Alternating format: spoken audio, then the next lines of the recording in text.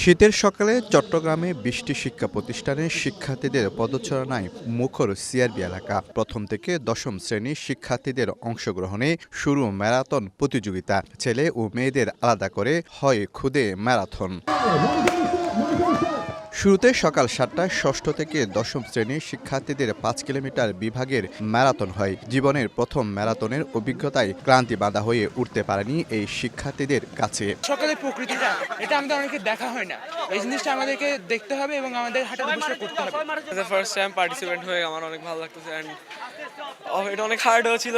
খুদে ম্যারাথনে ২ কিলোমিটার দূরত্বের বিভাগে ছিল তৃতীয় থেকে পঞ্চম শ্রেণীর শিশুরা, আর দ্বিতীয় শ্রেণীর শিশুরা অংশ নেয় ১ কিলোমিটার বিভাগে। পানিও খাই নাই, কিছু খাই নাই, একদম ডিরেক্ট দৌড়িয়েছি না থামে, এর ফলে ফার্স্ট হয়েছে।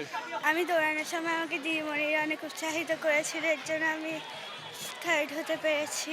সকালবেলার যে একটা আলাদা রূপ আছে প্রকৃতির কাছে আসলে সেটা হয়, এবং একটা সুস্থ সবল জাতি গঠন করতে হলে তাদের শারীরিকভাবে সক্ষম হতে হবে। এই ম্যারাথনে শিশুদের উৎসাহ দিতে অতিথি ছিলেন চট্টগ্রামের প্রথম এভারেস্ট জয়ী পর্বতারোহী। ফুলকির এই আয়োজনটা নিঃসন্দেহে দারুণ একটা ব্যাপার, এবং প্রত্যেকের শ্রেণী অনুযায়ী অনেকগুলো ক্যাটাগরিতে বাচ্চারা দৌড়াবে, এটা নিঃসন্দেহে দারুণ ব্যাপার, এবং আমি এটার ছোট্ট একটা অংশ হতে পারে আমি নিজে খুবই আনন্দিত।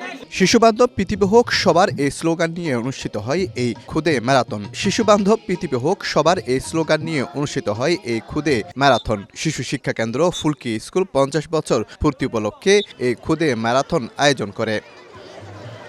শফিকুল আলম, সময় সংবাদ, চট্টগ্রাম।